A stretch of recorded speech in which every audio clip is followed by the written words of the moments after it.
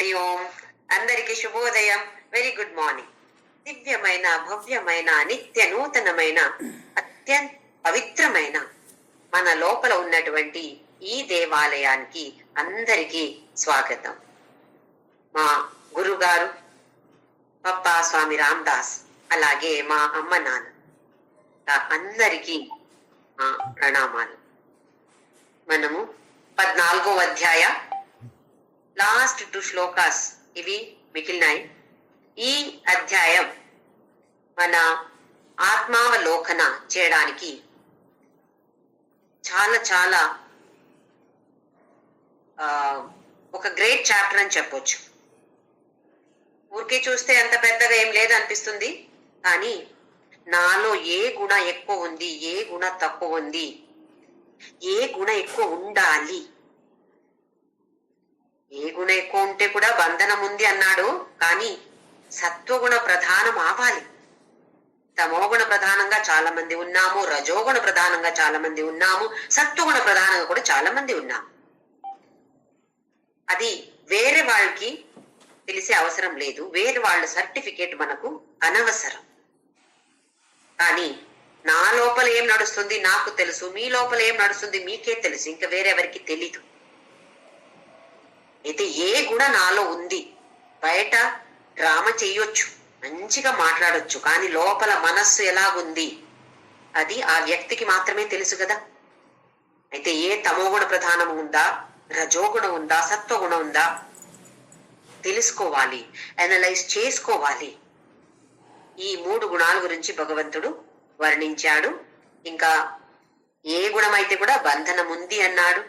ఆ తరువాత గతి అంటే దేహ నాశం అయిన తరువాత ఎక్కడికి ప్రయాణం చేస్తాము, సత్వగుణ ప్రధానంగా ఉంటే ఎక్కడ వెళ్తాము, అలాగే రజోగుణ తమోగుణ ప్రధానంగా ఉంటే ఎక్కడ పుట్టుతాము, 3 యోనిలు పుట్టుతాము తమోగుణ ప్రధానంగా ఉండినప్పుడు చనిపోతే. ఇది చాలా చాలా జాగ్రత్తగా నేర్చుకోవాలి. నేర్చుకుంటే సరిపోదు, మనకు పెద్ద పనికి రాదు, థియరిటికల్ నాలెడ్జ్ పెద్ద పనికి రాదు, కావాలి. కానీ ఎక్కువ ప్రాముఖ్యత ప్రాక్టికల్ కి ఇవ్వాలి, దాన్ని ఆచరించాలి. కొంచెమైనా ఆచరించే ప్రయత్నం అయితే మనమందరూ చేయాలి అని అంటున్నాడు భగవంతుడు. ఆ తర్వాత ఈ జన్మంలో ఏ ఫలం ఉంది, సత్వగుణ ప్రధానంగా ఉంటే ఏమవుతుంది, దీని గురించి ఎక్స్ప్లెనేషన్ ఇచ్చాడు. ఆ తర్వాత గుణాతీత, ఇది మనకు కావాలి. ఇప్పుడు తమోగుణ ప్రధానంగా ఉంటే రజోగుణానికి రావాలి, రజోగుణ ప్రధానంగా ఉంటే సత్వగుణ ప్రధాన దానికి రావాలి. అక్కడనే ఎన్ని సంవత్సరాలు లేదా ఎన్ని జన్మాలు అలా ఉండాలో తెలీదు, కానీ అది దాటిపోవాలి, గుణాతీతం అవ్వాలి. అంటే మన గుర్తింపు, ఇప్పుడు ఐడెంటిటీ, నేను జ్యోతి అంటే ఈ దేహమని మనకు ఇలా తెలుసు. ఎందుకంటే చిన్నప్పటి నుంచి నీ పేరేంటి నీ పేరేంటి అని ఎవరైనా చెప్తే జ్యోతి అని చెప్పు, ఇది చెప్పు అని మనమే నేర్పిస్తాం కదా పిల్లలకి కూడా. అలాగే మనము నేర్చుకున్నాము, నేను అంటే ఈ దేహమని నేర్చుకున్నాము. ఇప్పుడు భగవంతుడు ఏమంటున్నాడు, గుణాతీతం అవ్వాలంటే ఐడెంటిటీని మార్చాలి. ఈ దేహ నేను కాదు, ఆ ఆత్మ పరమాత్మ నేను. ఆ దృష్టి అక్కడికి పెట్టాలి.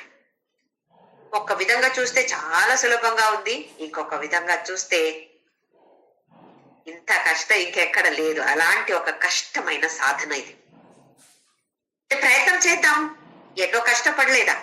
ఇప్పుడు 10th స్టాండర్డ్ చదివినప్పుడు ఎగ్జామ్ ఉండినప్పుడు అమ్మో నాకు రాదు, నేను మర్చిపోతాను, ఎంత బై హార్ట్ కొడితే కూడా అక్కడ వెళ్ళినప్పుడు బ్లాంక్ అయిపోతాం కదా. కష్టపడలేదా? ఇంటర్ కష్టపడలేదా? డిగ్రీ చేసినప్పుడు కష్టపడలేదా? ఇంట్లో కష్టపడట్లేదా? పెళ్లి అయిన తర్వాత భర్త ఇంటికి అడ్జస్ట్ అవ్వాలంటే ఎంత కష్టపడ్డాము, అందరు కూడా కష్టపడలేదా? అలాగే కదా ఇది కూడా. ఈ సాధన కూడా మనం ఎందుకు ట్రై చేయకూడదు?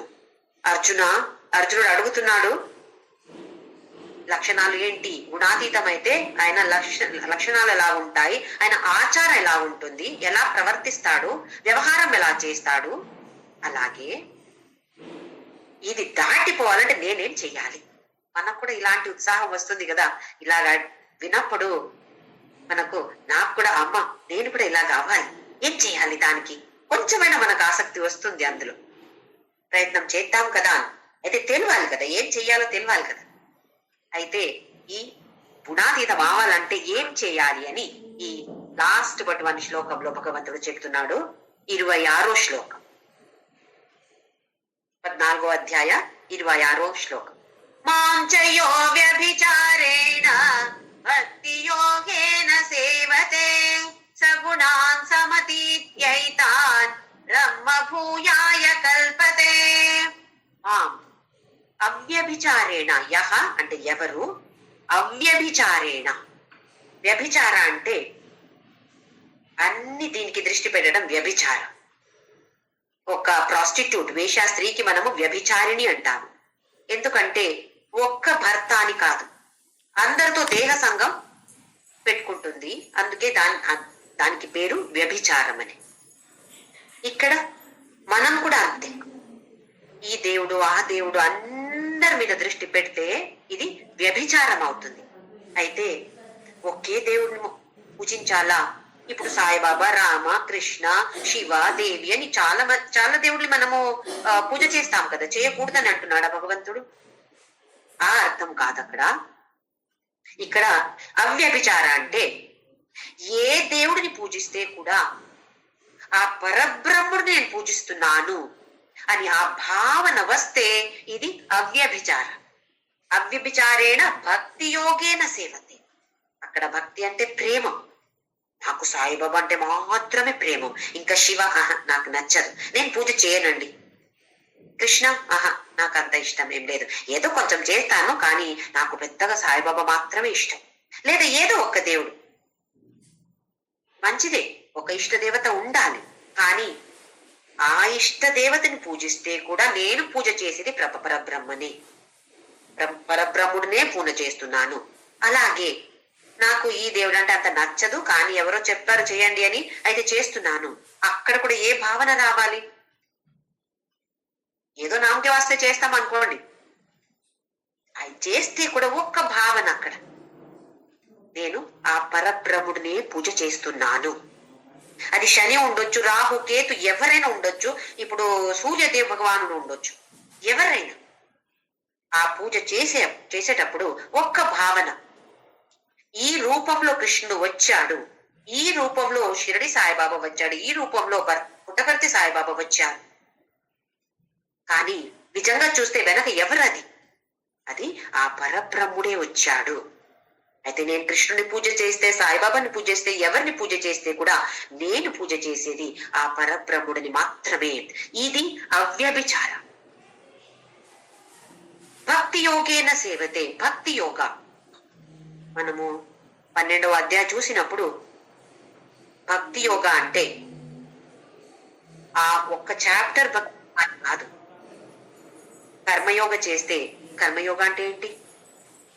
ఏ పని చేస్తే, ఏ యాక్టివిటీ చేస్తే ఈశ్వరార్పణ బుద్ధితో చేయడం, అలాగే ఫలం ఎలా వస్తే, రిజల్ట్ ఎలా వస్తే కూడా ఈశ్వర ప్రసాద బుద్ధితో స్వీకారం చేయడం కర్మయోగ. ఇది మనకు తెలుసు. ఇప్పుడు ఈ ఈశ్వరార్పణ బుద్ధి ఊరికే వస్తుందా? భగవంతుడి మీద ప్రేమ లేదు అంటే ఈశ్వరార్పణ ఎలా చేస్తాము? అయితే భక్తి, కర్మయోగంలో కూడా భక్తి కావాలి. ఇంకా నెక్స్ట్ది ఉపాసనా యోగా అని చూసాం. ఉపాసనా యోగం అంటే మనం పూజ చేసేది. పూజ చేసినప్పుడు అందులో కూడా ప్రేమం లేదు అంటే పూజ చెయ్యగలుగుతాము. కొంచెమైనా ప్రేమ ఉండాలి కదా, లేకపోతే అది చెయ్యాలి అని తోరదు. మనం అయ్యో ఏముంది అందులో అని వదిలేస్తాము. అక్కడ కూర్చొని 1 గంట, సరే మనసు ఎక్కడైనా వెళ్ళని పర్వాలేదు, 1 గంటవో అరగంటవో 5 మినిట్స్ కూర్చొని చేస్తాము అంటే కొంచెమైనా ప్రేమ ఉంది భగవంతుడి మీద. అది లేదు అంటే చెయ్యము. అయితే అక్కడ కూడా భక్తి యోగ వచ్చింది. అలాగే జ్ఞాన యోగ. నాకు ఇది భగవద్గీత నేర్చుకోవాలి, నాకు ఇది ఇంప్లిమెంట్ చెయ్యాలి, నేను ఆచరిస్తాను. దేని గురించి చూసుకుంటున్నాం మనం ఇప్పుడు? ఆ పరబ్రహ్మ అంటే దేవుడే కదా. ఆయన మీద కొంచెమైనా మనకు ప్రేమం లేదు అంటే మనకు జ్ఞానయోగ కూడా, దాంట్లో కూడా మనకు ఆసక్తి రాదు, ఉత్సాహం ఉండదు. అయితే భక్తి యోగ అంటే కూర్చొని పూజ చేస్తే మాత్రమే భక్తి యోగా అని కాదు. ఏమి చేస్తే కూడా ప్రేమంతో చేయాలి. ఏ పని చేస్తే కూడా ప్రేమంతో చేయాలి. ఏదో ఒక డ్యూటీ, పెద్దవాళ్ళని చూసుకుంటాం, అయ్యో చూసుకోవాలి కదా, మన కర్తవ్యం కదా. ఏది చేస్తే ఒక డ్యూటీ అలా చేయకూడదు, ఒక నామకే వాస్తే అంటాం కదా, అది చేయకూడదు.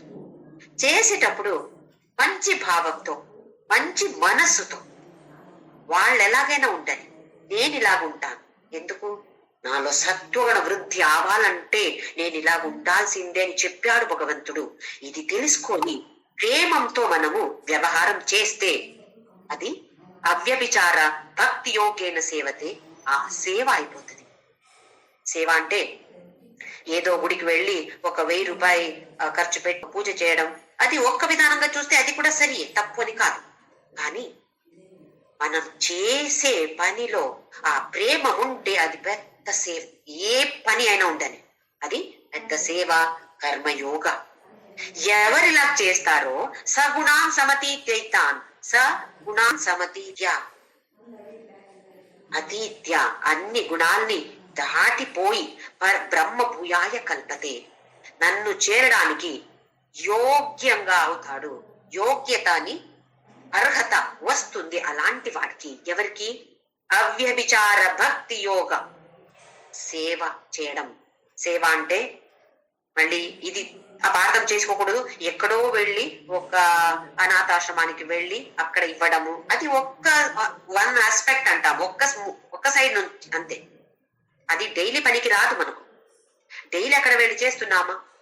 సరే, ఏదో ఒక అనాథాశ్రమానికి నేను వెళ్తున్నాను, రోజు 1 గంట 2 గంట అక్కడ సేవ చేసి వస్తాను, మంచిది, చాలా మంచిది. ఇంటికి వచ్చిన తర్వాత ఎలా ఉంటాము?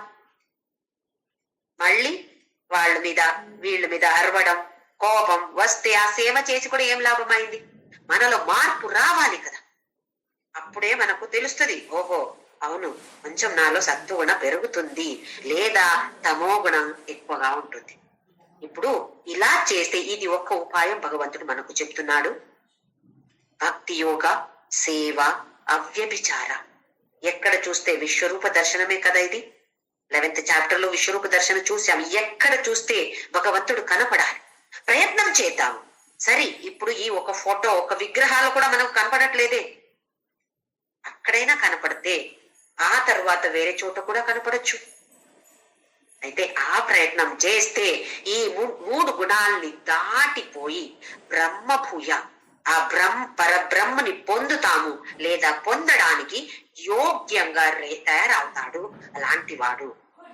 ఇది భగవంతుడు మనకిచ్చే ఈ మార్గ. గుణా సమతీత్య, అతీతమావాలి. గుణాతీతమావాలంటే మనం ఏం చేయాలి అని భగవంతుడు మనకు చూపెట్టాడు. లాస్ట్ శ్లోక 27.